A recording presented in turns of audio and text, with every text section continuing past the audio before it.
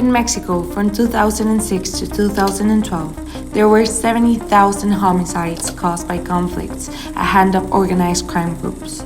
This number is 4 times larger than the average deaths of all civil wars in the last century. In 2012, 1/3 of Mexico's population lived under the governance of criminal groups. How did these groups come to obtain that much power? Why was there a sudden rise in violence in the last 30 years? How did the government let this happen? How did Mexico become a narco state? Y por esa razón hay que combatir a los criminales, porque aquí el único dueño de la ciudad, o el único dueño del pueblo, o el único dueño de este estado es el Estado mexicano. This documentary aims to answer these questions based on the hypotheses generated by Guillermo Trejo and Sandra Ley in their book Boats, Drugs and Violence: The Political Logic and Criminal Wars in Mexico, with special inputs from our experts Abigail Contreras and Jesus Cienfuegos. What are organized crime groups and what do they want?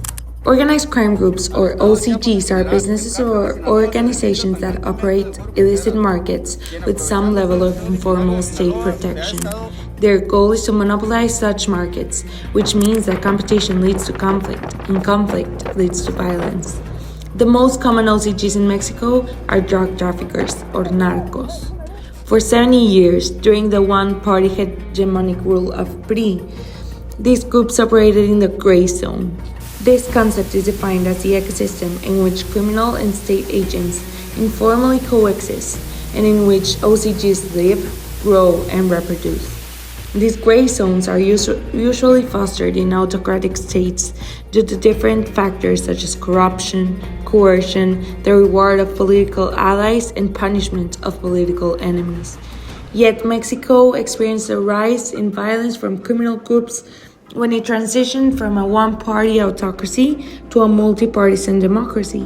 So the great question is, why, when transitioning from autocracy to democracy, did the persistence of the gray zone not get resolved?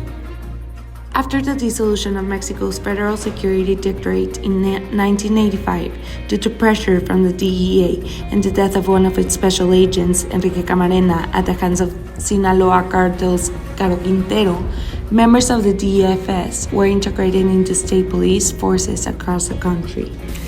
When post-authoritarian elites generate minimalist transitions to democracy, when countries simply adopt multi-partisan electoral competition as a mechanism for electing political leaders without transforming authoritarian judicial and security institutions and practices, they allow authoritarian specialists in violence to continue playing a key role in the criminal underworld and become crucial actors in the production of violence during democracy.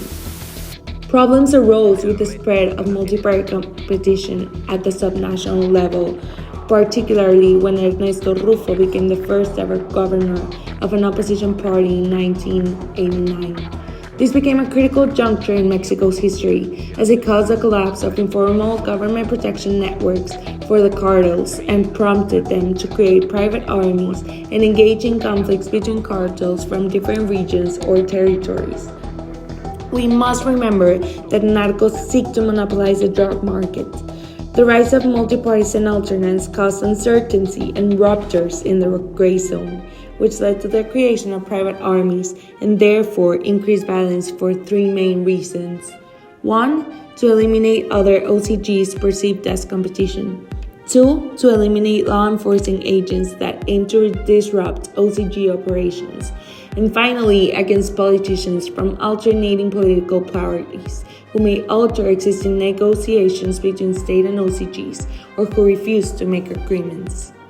Mexico underwent a transition from non-competitive to competitive elections without developing a democratic rule of law, because the post-authoritarian elites refused any transitional justice process and didn't make any important reforms to the security sector, which was colluded with the OCGs after British laws in the 2000s.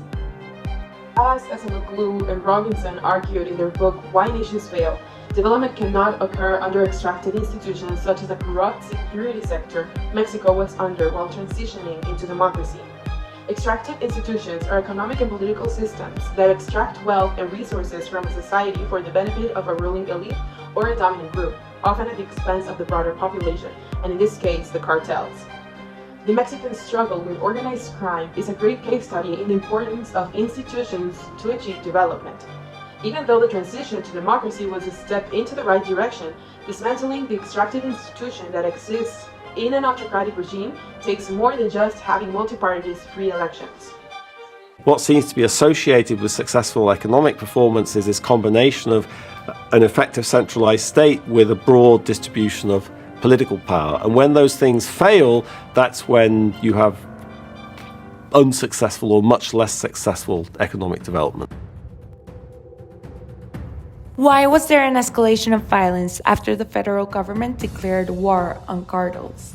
After the 2006 elections, the country became polarized like never before in history, and it can be seen in the results of the election.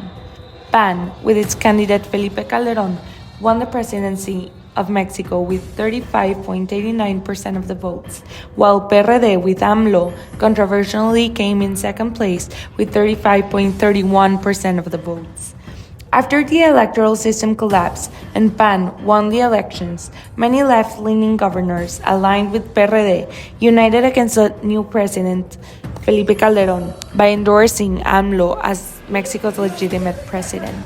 This prompted a response from the right-wing government aimed at uniting Mexicans, officially declaring war against drug cartels as Mexico's primary enemy. La mayor amenaza para la seguridad, la libertad y la tranquilidad de los mexicanos.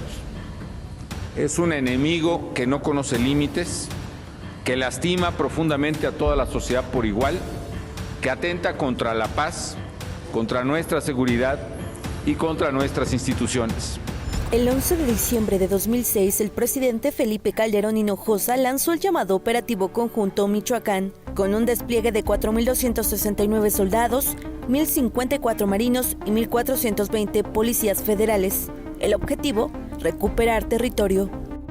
But did they genuinely aim to reclaim territory, or was it merely a mechanism to divert public attention from the political chaos?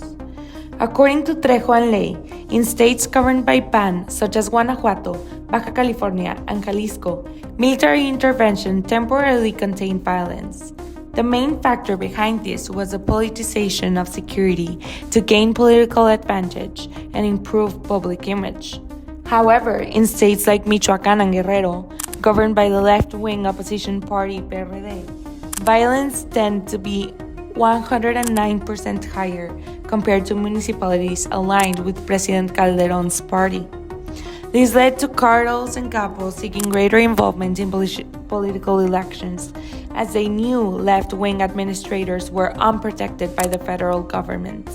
The results reveal that local authorities and opposition candidates had a 412% and 461% more likelihood, respectively, of becoming victims of organized crime during the 6-year war against drug cartels. Throughout this period, 311 officials and local candidates were targeted, with over 20,000 individuals reported missing and more than 250,000 displaced from their homes.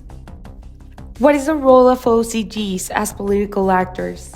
As the authors of the book argue, OCGs are not apolitical, as previous literature suggested.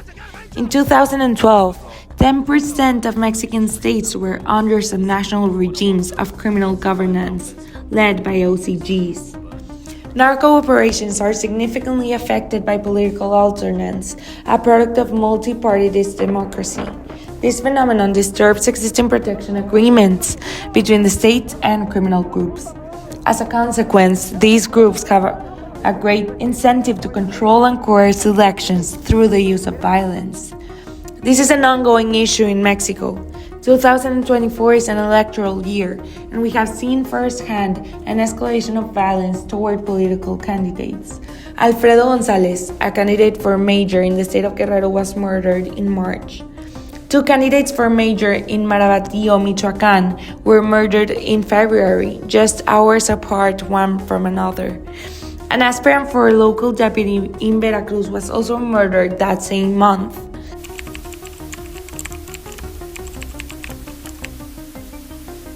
Well, definitely the strengths of the book rely on the nuanced political proposal that offers a new vision of the narco-violence issues. Nevertheless, as it often occurs with literature on complex issues, the question of how can be solved is a persistent one, and the author recommends first a policy reforms rooted in incarceration and exposure of public administration that have been connected to the NGOs. Nevertheless, I consider there are great contextual limitations for the enforcement of this policy, ranging from security risk to political incentive. Another proposal that the author gives us, that I believe is one of the most important and most valuable ones, is the importance of civil society supervision over security forces. We believe that strengthening organized civil society for accountability could lead to effective implementation of infinite reduction of reforms. I also rescue the importance that democracies must have on setting limits to the president over military agents in order to prevent collude militarization practices that strengthen the gray zone of the criminals. It is concerning that in the current political landscape, discussions about solutions to the issues of security and necessary reforms in the security realm are conspicuously absent. Particularly during an electoral year, security proposals and the topic of security in general seem to receive minimal attention throughout the first and second presidential debates. There was extensive discussion on healthcare, education, transparency, and economic growth, with security being notably overlooked. This oversight underscores the need for a renewed focus on addressing security challenges and implementing reforms, especially amidst political transition and electoral process.